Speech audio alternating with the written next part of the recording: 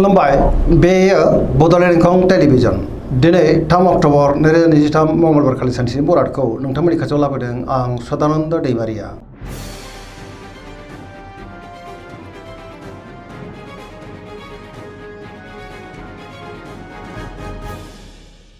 सिगां फरायनो लादों मेष राशि गिबि हांखो अ ल दिनैनि साना जोबोर मोजां गोदान खामानियाव दिनै आखाइ होजेननो हागोन गोथों आरो गोग्गो साननो रोंगोन गियाननि आंखाल जानाय नङा मोनफ्रोमबो बिथिङावनो जाफुंसारगोन गोसोआ दिनै जोबोर खुसि जागोन देहाया मोजाङै थागोन बहानिफ्रायबा मोजां खौरां मोननोबो हागौ रांखावरियाव मोजां गोबां धोन आरजिनोबो हागोन आरो आयाबो दिनै बांनो हागौ बेफार फालांगियावबो मोजां मुलाम्फा मोननो हागोन सोरबा लोगोनिफ्राय हेफाजाब मोननो हागौ आरो मोजां खौरांबो फैनो हागौ न'खराव अनलायनाय फैगोन बिमा बिफानिफ्राय अननाय आरिफोरखौ दिनै मोननो हागोन गुबुननि गोसोखौ गोरलैयैनो बोनोबो हागोन गोसोनि बोलोआबो दिनै बांनो हागौ समाजाव मान मोनगोन लाइमोनफ्रा दिनै जोबोर खुसि जागोन आरो गावबा गावनि गोसोनि साननायखौ फोरमायलायनोबो हागोन फरायसाफ्रा दिनै फरायनायाव गोसो दुंखांगोन पजिटिभ एनार्जिनि गोहोम गोग्लैगोन धोरोमारि बिथिङावबो दिनै गोसो दुंखांनो हागौ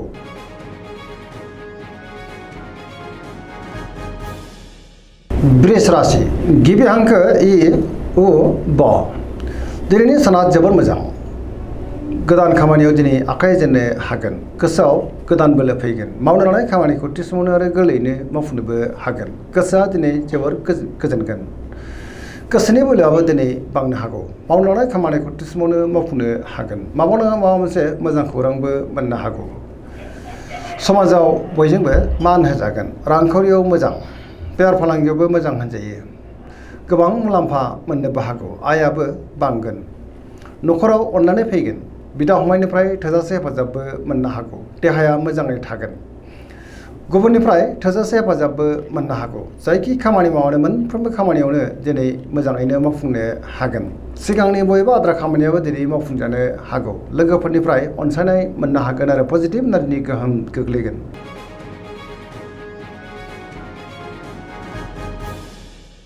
मिथुन राशि गिबि हांखो ख स दिनैनि साना मोजां आरो गाज्रिनि गेजेरजों बाबेनलांनो हागौ गोसोआव गोनो गोथो साननाय फैनोबो हागौ नेगेटिभ एनार्जिनि गोहोम गोग्लैगोन गुबुननि थाखाय नाङा फाङा जेंनायाव गोग्लैनांनोबो हागौ गोसोनि साननायफ्रा देबारनांगोन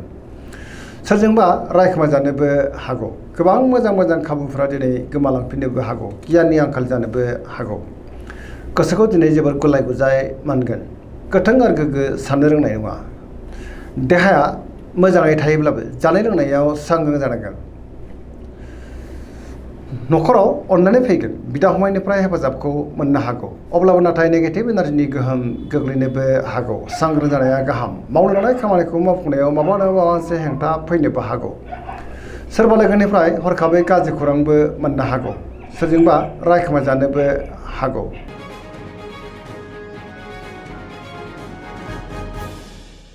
कर्कट राशि गिबि हांखो ड ह दिनैनि साना जोबोर मोजां गोसोखौ दिनै जोबोर गोजोननाय मोनगोन बहाबा हान्थिनो बा दावबायनो खाबु मोनगोन आरो मोजाङैनो हान्थिनोबो हागोन सोरबा लोगोजों बाखनाय जानोबो हागौ गोसोनि साननायफ्रा दिनै मोगथाङाव जाफुंगोन गोसोआव पजिटिभ साननाय फैगोन गोथों आरो गोग्गो साननो रोंगोन गियाननि आंखाल जानाय नङा गावनि गोसोनि साननायखौ दिनै गुबुननो फोरमायनोबो हागोन रांखावरियाव मोजां गोबां धोन आरजिनोबो हागोन बेफार फालांगियावबो दिनै जोबोर मोजां मुलाम्फा मोनगोन न'खराव अनलायनाय फैगोन समाजाव लोगो लेवा बांनोबो हागौ देहाया दिनै मोजाङैनो थागोन गुबुननिफ्राय हेफाजाब मोननोबो हागौ सोरबा लोगोजों बाखनाय जानानै गोसोआ दिनै जोबोर खुसि जागोन समाजाव मान मोनगोन फरायसाफ्रा दिनै फरायनायाव गोसो दुंखांगोन आरो मोजां फिथाइ मोनगोन गुबुननि थाखाय गोबां मोजां खामानि मावनानै होनो हागोन आरो पजिटिभ एनार्जिनि गोहोम गोग्लैगोन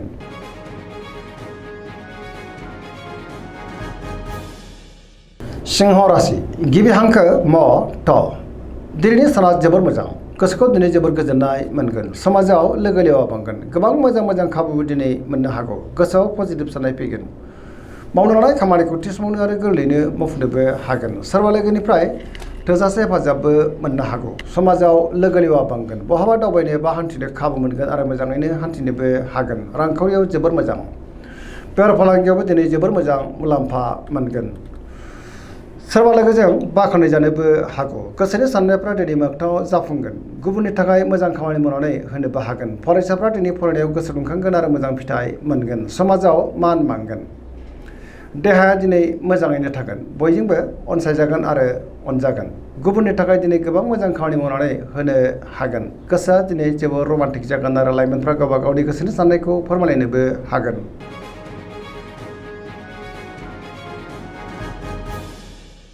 कन्या राशि गिबि हांखो फ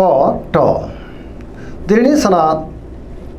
जोबोर मोजां गोसोखौ दिनै जोबोर गोजोननाय मोनगोन पजिटिभ एनार्जिनि गोहोम गोग्लैगोन आरो पजिटिभ साननो रोंगोन गियाननि आंखाल जानाय नङा मोनफ्रोमबो बिथिङावनो दिनै जाफुंसारनो हागौ बयजोंबो मोजां सोमोन्दो लाखिनोबो रोंगोन गोसोआव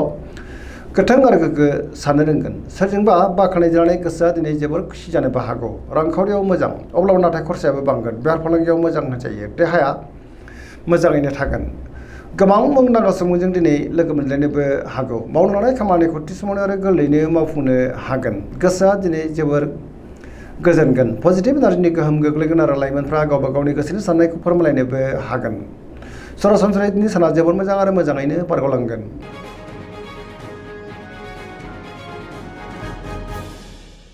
तुला राशि गिबि हांखो र ट दिनैनि साना जोबोर मोजां बहाबा दावबायनो एबा हान्थिनो खाबु मोननो हागौ आरो मोजाङैनो हान्थिनोबो हागोन सोरबा लोगोनिफ्राय थोजासे हेफाजाबबो मोननो हागौ गोबां रोखोमनि जेंनाफोरखौ दिनै गोरलैयैनो सुस्रांनो हागोन गियाननि आंखाल जानाय नङा गोसोनि बोलोआ बांगोन गावनि गोसोनि साननायखौ दिनै गुबुननो फोरमायनोबो हागोन मावनो लानाय खामानिखौ थि समावनो मावफुंनो हागोन देहाया मोजाङै थागोन रांखावरियाव मोजां बेफार फालांगियावबो मोजां होनजायो न'खराव बिसि फिसायनि गेजेराव अनलायनाय फैगोन समाजाव मान मोननो हागोन सोरबा लोगोजों बाख्नायजानानै गोसोआ दिनै जोबोर गोजोनगोन गुबुननि गोसोखौ गोरलैयैनो बोनोबो हागोन लोगोफोरनिफ्रायबो थोजासे हेफाजाब मोननो हागौ गोदान थांखि लानो रोंगोन सेंग्रा सिख्लाफोरनि गोसोआ दिनै जोबोर रमान्टिक जागोन आरो गावबा गावनि गोसोनि साननायखौ फोरमायलायनोबो हागोन पजिटिभ साननो रोंगोन।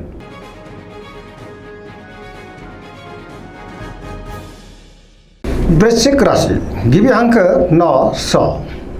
दिनैनि साना मोजां आरो गाज्रि गेजेरजों बाबेनलांनो हागौ गोसोखौ दिनै जोबोर गुलाय गुजाय मोनगोन गोबां रोखोमनि जेंनाजों मोगा मोगि जानांनोबो हागौ गोबां खामानियाव दिनै मुखुबबो थानांनो हागौ नेगेटिभ एनार्जिनि गोहोमबो गोग्लैनो हागौ सांग्रां जानाया गाहाम गोसोआव गोनो गोथो साननाय फैगोन समाजाव लोगो लेवाबो बांनो हागौ मावनो लानाय खामानिखौ मावफुंनो हायोब्लाबो गोब्राब जागोन गुबुननिफ्राय हेफाजाब लानांनो हागौ गोसोनि साननायफोरा दिनै देबोरनांगोन गोसोनि बोलोआबो दिनै लोरबां जानोबो हागौ समाजाव नाथाय मान मोनगोन न'खराव अनलायनाय फैगोन रांखावरियाव बारा मोजां नङा नाङा फाङा खरसायाबो बांनो हागौ बेफार फालांगियावबो दिनै बारा मोजां नङा होनजायो देहाया मोजाङैनो थागोन गुबुननिफ्राय हेफाजाब मोननो हागौ फरायसाफ्रा दिनै फरायनायाव गोसो दुंखांगोन आरो मोजां फिथाइ मोनगोन।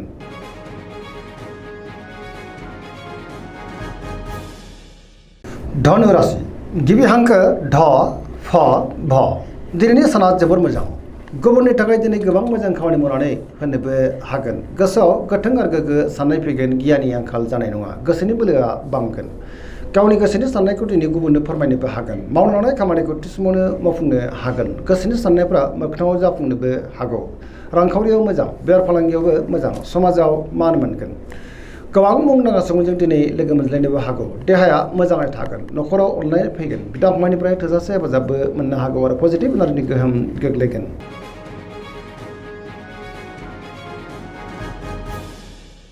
मकर राशि गिबि हांखो ख ज दिनैनि साना बारा मोजां नङा गोसोनि साननायफ्रा देबारनांगोन गुबुननि थाखाय दिनै नाङा फाङा जेंनायाव गोग्लैनांनोबो हागौ सुथुरनि गाज्रि नोजोर थानोबो हागौ सुथुराबो बांनो हागौ गोसोनि साननायफ्रा दिनै देबोरनांगोन मावनो लानाय खामानिखौ मावफुंनायाव माबा नङा माबा मोनसे हेंथाबो फैनो हागौ रांखावरियाव मोजां अब्लाबो नाथाय खरसाया बांगोन बेफार फालांगियाव मोजां होनजायो गोबां मुंदांखा सुबुंजों दिनै लोगो मोनलायनोबो हागौ गुबुनजों नाथाय मोजां सोमोन्दो लाखिनो गोब्राब जागोन सोरजोंबा रायखोमा जानोबो हागौ आरो हेंथा हेंसि एना एनिबो फैनो हागौ न'खराव अनलायनाय फैगोन बिदा फंबायनिफ्राय हेफाजाबखौ मोननो हागौ सेंग्रा सिख्लाफोरनि गोसोआ दिनै जोबोर आला खाला जानोबो हागौ आरो नेगेटिभ एनार्जिनि गोहोमबो गोग्लैनो हागौ सांग्रां जानाया गाहाम।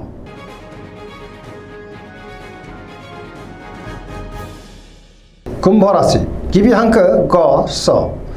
दिनैनि साना जोबोर मोजां गोसोखौ दिनै जोबोर गोजोननाय मोनगोन सोरजोंबा बाख्नायजानानै गोसोआ दिनै जोबोर खुसि जागोन सिगांनि बबेबा आद्रा खामानिखौबो दिनै मावफुंनो हागोन गोसोआव गोथों आरो गोग्गो साननाय फैगोन गियाननि आंखाल जानाय नङा गुबुनजों मोजां सोमोन्दो लाखिनो हागोन बहानिफ्रायबा मोजां खौरांबो मोननो हागौ समाजाव मान मोनगोन गोबां मोजां खाबु दिनै मोननोबो हागौ। गोबां मुंदांखा सुबुंजों लोगो मोनज्लायनोबो हागौ। सिगांनि सोरबा गोजाम लोगोजों बहाबा लोगो मोननानै गोसोआ दिनै जोबोर खुसि जागोन। रांखावरियाव मोजां, बेफार फालांगियावबो मोजां होनजायो। गोबां मुलाम्फाबो जानो हागौ। गुबुननि गोसोखौ दिनै गोरलैयैनो बोनोबो हागोन। न'खराव बिमा बिफानि अननायफोरखौ मोननो हागौ। बहाबा दावबायनो एबा हान्थिनो खाबु मोनगोन आरो मोजाङैनो हान्थिनोबो हागोन। पजिटिभ एनार्जिनि गोहोम गोग्लैगोन।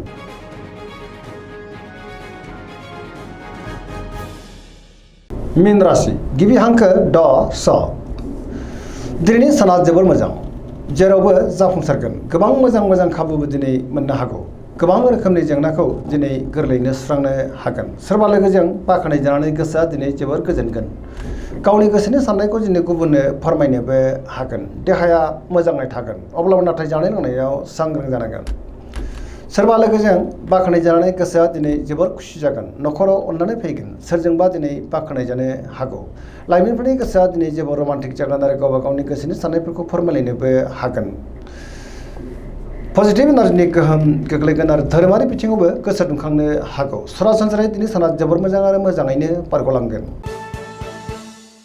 दिनैनि राशि फरायनाया एसेनोसै। जोबनायाव बेखौनो खावलायो जाहाथे नोंथांमोना सानफ्रोमबो जोंनि बे बड'लेण्ड इंखं टेलिभिजनखौ नायबाय थायो आरो साबस्क्राइब खालामो, लोगोसे लाइक खालामो आरो शेयार खालामो। एसेनोसै, गोजोन्थों।